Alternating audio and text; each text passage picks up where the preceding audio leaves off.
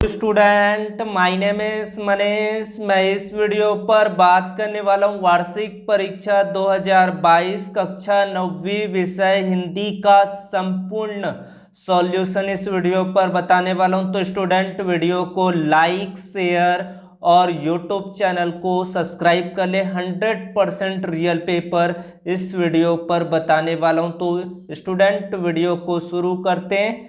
कोई भी आपको डाउट हो तो कमेंट पर मैसेज करें। प्रश्न क्रमांक पहला, सही विकल्प चुनकर लिखिए। पहला है, हिंदी साहित्य का सर्वाधिक लोकप्रिय महाकाव्य है पद्मावत, रामचरितमानस, पृथ्वीराज रासो, रामार रासो। तो इसका उत्तर क्या होगा बच्चों? Ramcharitmanas, option B. प्रगतिवाद के कवि है, कौन है? रामधारी सिंह दिनकर। चारुचंद्र की चंचल किरणें में कौन सा अलंकार है? उपमा अलंकार, अनुप्रास अलंकार, श्लेष अलंकार, रूपक अलंकार। तो चारुचंद्र की चंचल किरणें कौन सा अलंकार है? अनुप्रास अलंकार। जानवरों में सबसे बुद्धिहीन समझा जाने वाला प्राणी कौन सा है? गधा। वर्गों के सार्थक योग को कहते हैं शब्द। माटी वाली को शहर से अपने गांव पहुंचने में समय लगता था 1 घंटा। रिक्त स्थानों की पूर्ति करना डैश को हिंदी साहित्य का स्वर्ण युग माना गया है? भक्ति काल, वीरगाथा काल। तो उत्तर क्या होगा? भक्ति काल को हिंदी साहित्य का स्वर्ण काल कहते हैं। घृणा को उत्पन्न करने वाले दृश्यों का वर्णन होने पर डैश होता है? कौन सा रस होता है? विभत्स रस। उपमेय में उपमान का आरोप डैश अलंकार है? कौन सा अलंकार है? रूपक अलंकार। बैल का स्थान गधे से डैश है? तो ऊंचा आ जाएगा। महादेवी वर्मा के बाबा उन्हें डैश बनाना चाहते थे, गायिका या फिर विदुषी? तो इसका उत्तर क्या हो जाएगा? विदुषी। कमाई में प्रत्यय डैश है? तो कमाई में क्या प्रत्यय यहाँ पर? आई प्रत्यय है। मेरे नाना पक्के डैश माने जाते थे, साहब या अंग्रेज? तो इसका उत्तर क्या होगा? मेरे नाना पक्के साहब माना जाते थे।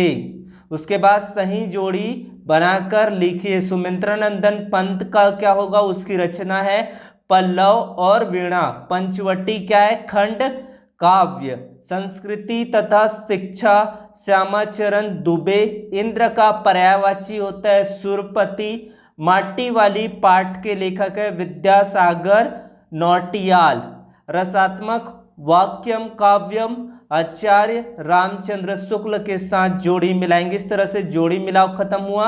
उसके बाद एक शब्द एक वाक्य पर उत्तर दीजिए।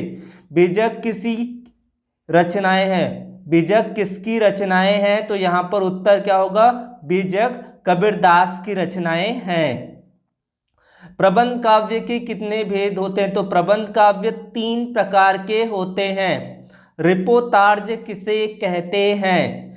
रिपोर्ट के कलात्मक और साहित्यिक रूप को ही रिपोर्तार्ज कहते हैं। रचना के आधार पर वाक्य के कितने भेद है? रचना के आधार पर वाक्य के 3 भेद होते हैं, 3 प्रकार होता है। वृद्ध कपड़े में क्या छिपा लेती है? एक रोटी छिपा लेती है। लेखिका ने अपनी नानी को क्यों नहीं देखा? क्योंकि नानी स्वर्ग सिधार गई थी। सत्य और असत्य लिखिए। लेखिका की नानी झगड़ालू औरत थी, तो ये क्या होगा? असत्य है। शब्द के आगे जुड़ने वाला शब्दांश उपसर्ग कहलाता है। ये क्या है आपका? सत्य है।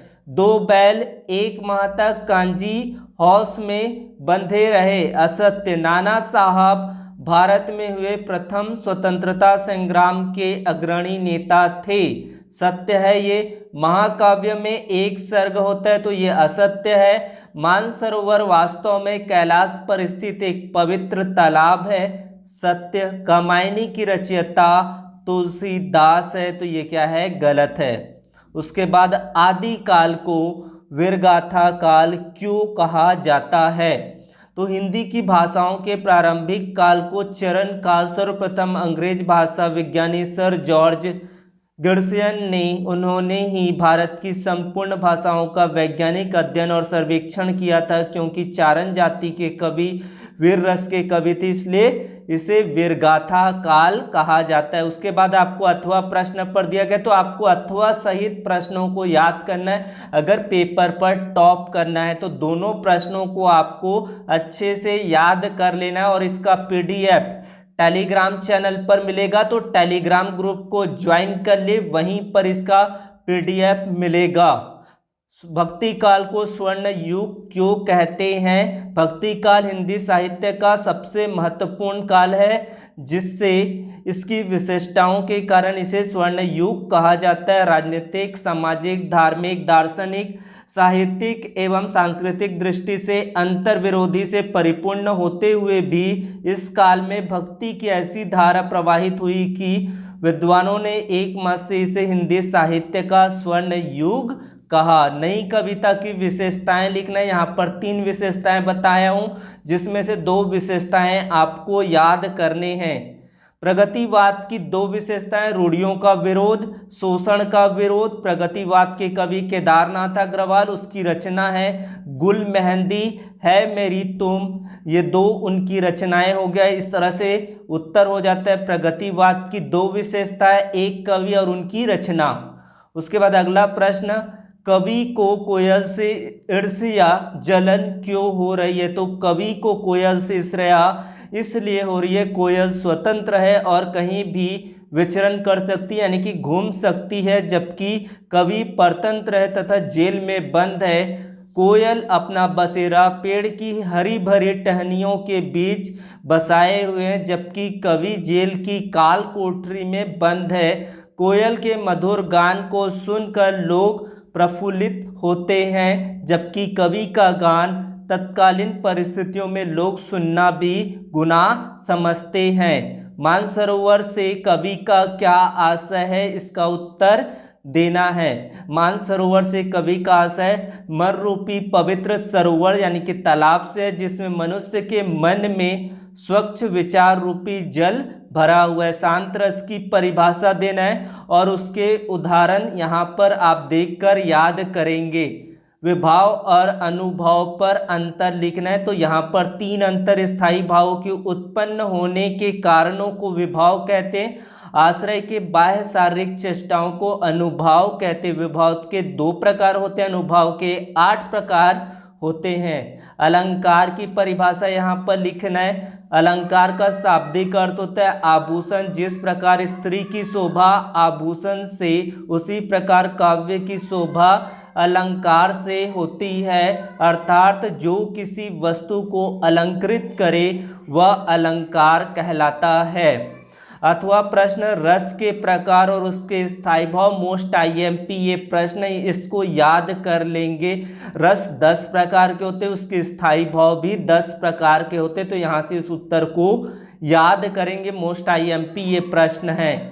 उसके बाद गया ने बैलों को शरारत के लिए क्या सजा दी? तो बैलों के द्वारा की गई शरारत पर गया ने दोनों बैलों की लाठी से पिटाई की और उन्हें एक जगह बांध दिया, जहां पर भूखे प्यासे पड़े रहे तथा खानों को सूखा भूसा दिया, खाने को सूखा भूसा दिया। इस तरह से आपको उत्तर देना है। मैना की अंतिम इच्छा क्या थी? तो इस उत्तर को याद करेंगे। मोस्ट आईएमपी ये प्रश्न है, तो इसको आपको निश्चित तौर पर याद कर लेना है अगर पेपर पर टॉप करना है। अगर ये सारे क्वेश्चन आप अच्छे से करते हैं, निश्चित तौर पर आप 80 में से 80 अंक प्राप्त करोगे, ये मेरा वादा है आप लोगों से। तो इसको आपको अथवा सहित सभी प्रश्नों को रट डालना है। उसके बाद कांजी हाउस में पशुओं की हाजिरी क्यों ली जाती थी? तो कांजी हाउस में कैद पशुओं की हाजिरी, कैद पशुओं की संख्या, उनकी विभिन्न आवश्यकताओं की पड़ताल, जिससे उनके खाने पीने का इंतजाम उनके अनुसार किया जा सके, पशुओं के व्यवहार का आकलन तथा सभी कैद पशुओं की उपस्थिति सुनिश्चित करने के लिए ली जाती होगी। उसके बाद अथवा पर दिया हुआ है, लेखक के अनुसार जीवन में सुख का क्या अभिप्राय है? ये भी क्वेश्चन मोस्ट आईएमपी प्रश्न है। जीवनी और आत्मकथा पर अंतर लिखना। जीवनी दूसरों की जीवन गाथा होता है, आत्मकथा अपनी गाथा होती है। आत्मकथा जीवन की घटना पर आधारित है। आत्मकथा में रचनाकार अपने जीवन पर लिखता है, जीवनी में रचनाकार अन्य व्यक्ति के बारे में लिखता है, उनका जीवन को लिखता है, उनके जीवन के बारे में बताता है। उसके बाद एकांकी एवं नाटक पर अंतर लिखना है, तो इसको आप पॉइंट वाइज बना सकते हैं। इस तरह से एक पैराग्राफ पर लिखा हुआ है, तो इसको आप अपने पॉइंट वाइज उत्तर दे सकते हैं। बाकी जो क्वेश्चन बच गया है उसको नेक्स्ट वीडियो पर एक्सप्लेन करूंगा। सारे क्वेश्चन 1 नंबर से आपको 23 नंबर तक के क्वेश्चन पूरा सॉल्यूशन के साथ मिलेगा। तो thanks for watching video, subscribe the channel, thank you.